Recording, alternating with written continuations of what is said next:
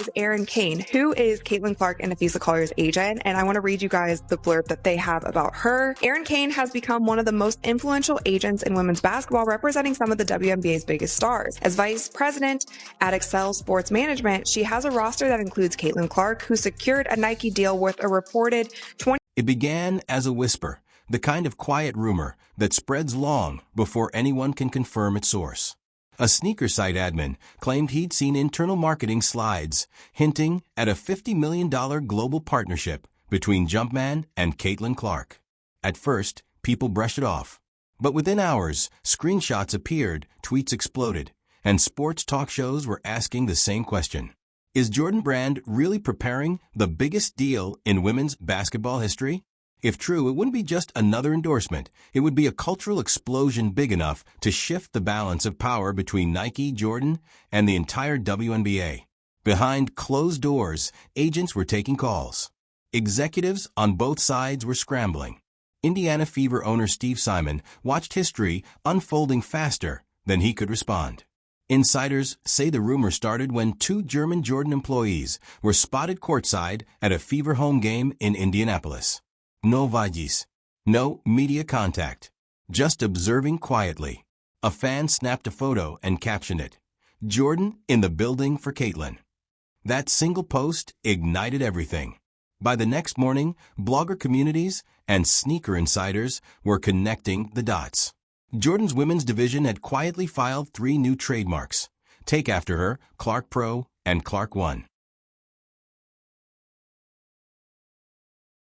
NBA by storm last year. Now her team is going to have 41 of their 44 games nationally televised, while the reigning champs, the Liberty, only have 32. The timing was too perfect to ignore.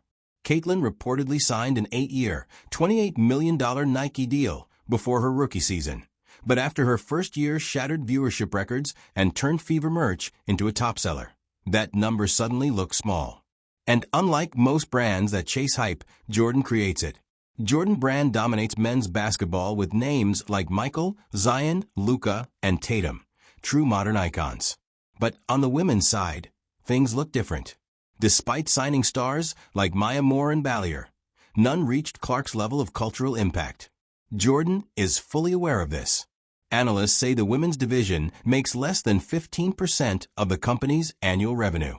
To change that, they need one transcendent figure, someone who sells sneakers to people who don't even care about sneakers, someone who moves culture and defenses at the same time. Caitlin Clark is exactly that. Her highlights go viral before ESPN can even upload them. That the machine is fully behind Caitlin Clark.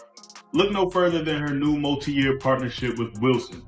But it's not the partnership itself that serves as an example of her marketing power. Plenty of athletes have deals with Wilson, including Kalia Copper, Jamal Murray. Her global reach across basketball, pop culture, and social media is the type of influence even multinational brands struggle to build. Her jersey sales rival NBA rookies.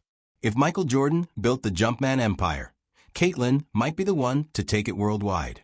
A marketing executive put it bluntly. Why $50 million? Because this is about legacy, not just shoes. Industry rumors say the proposal includes a 10-year partnership, equity in Jordan's women's ventures, co-branding on new performance/training gear, her own lifestyle plus performance signature line. Essentially, a deal similar to Luka or Zion, but with a historic twist. For the first time, a woman would sit at the same financial table. Insiders say the math supports it.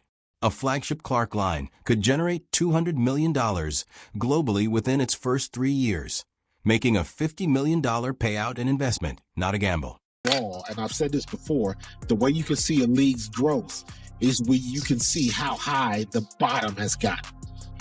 Last year was the peak with Caitlin Clark. Now it comes down a little bit, but where it starts to go back up, that's where you have a... It would also mark the first time a female basketball player earned more from endorsements than her entire WNBA salary, by over 50 times. That's brand storytelling power, and Jordan is the best in the world at telling those stories. This is where things get complicated. Nike and Jordan may share the same parent company, but they operate like rivals. Caitlin is already a Nike athlete, So how does a company compete with itself? By fighting for narrative control. Nike Basketball wants to keep her as the face of their next wave of performance shoes. Jordan wants to make her the star of their entire franchise. One executive called it a peaceful civil war, but insiders say it's anything but peaceful. If Jordan wins, it proves the Jumpman logo can outperform the swoosh in women's sports, something that has never happened. Kind of what I want to do with some of the copies that I wear throughout the season, and my dog is really important to me. It's my childhood dog that I grew up with, so the shoe was basically all golden, and then obviously the tongue of the shoe was pink for a golden retriever or any dog really, but if Nike keeps her, they risk looking out of touch to a younger generation that values independence over strict loyalty. Either way, Caitlin Clark holds the power, and both brands know it. Back in Indiana, Steve Simon is pacing. Her name alone sold out Fever season tickets and doubled merchandise sales. She turned a rebuilding franchise into the most valuable team in the league. But if Jordan signs her to a massive global deal, Simon loses control over the branding of his star. NBA teams felt the same fear when LeBron created his own business empire. The players' identities start to outgrow the teams. Sources say Simon met with WNBA officials to discuss commercial autonomy, brand management, and how to stay competitive when players become global CEOs. If Caitlin's personal brand eclipses the Fever, she essentially becomes the WNBA's unofficial commissioner of attention. And that shifts the league's entire balance. Entertained. The only reason people in any mass type of scale are watching is because of... Reactions across the league were mixed. Some younger players celebrated with fire emojis.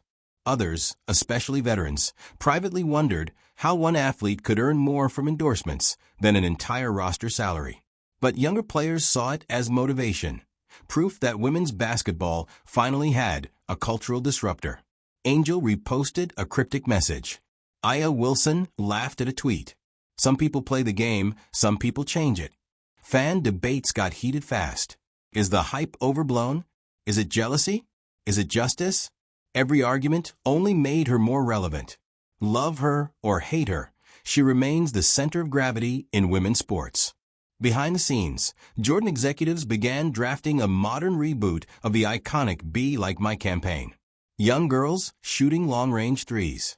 College athletes rocking Clark ones. Voiceovers about courage, creativity, and redefining the game. The emotional storytelling formula updated for a new era. Robbery, $28 million over 8 years for Caitlin Clark. That's one of the worst deals that we've seen. But we continue.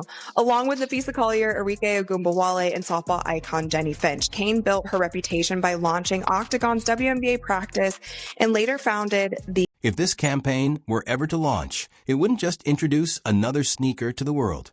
It would mark a turning point. A shift from imitation to inspiration. For decades, the Jordan legacy has carried a single message: be like Mike. But today's era is rewriting the story. Now, the call is different. Become your own legend. And if there's anyone who embodies that message, it's Caitlin Clark. A small-town upbringing, a relentless work ethic, and a calm, unshakable confidence even when the world is watching. She doesn't have to declare her greatness. She proves it every time she steps on the court. Jordan Brand knows how to spot a rising mythology, and every generation needs its symbol.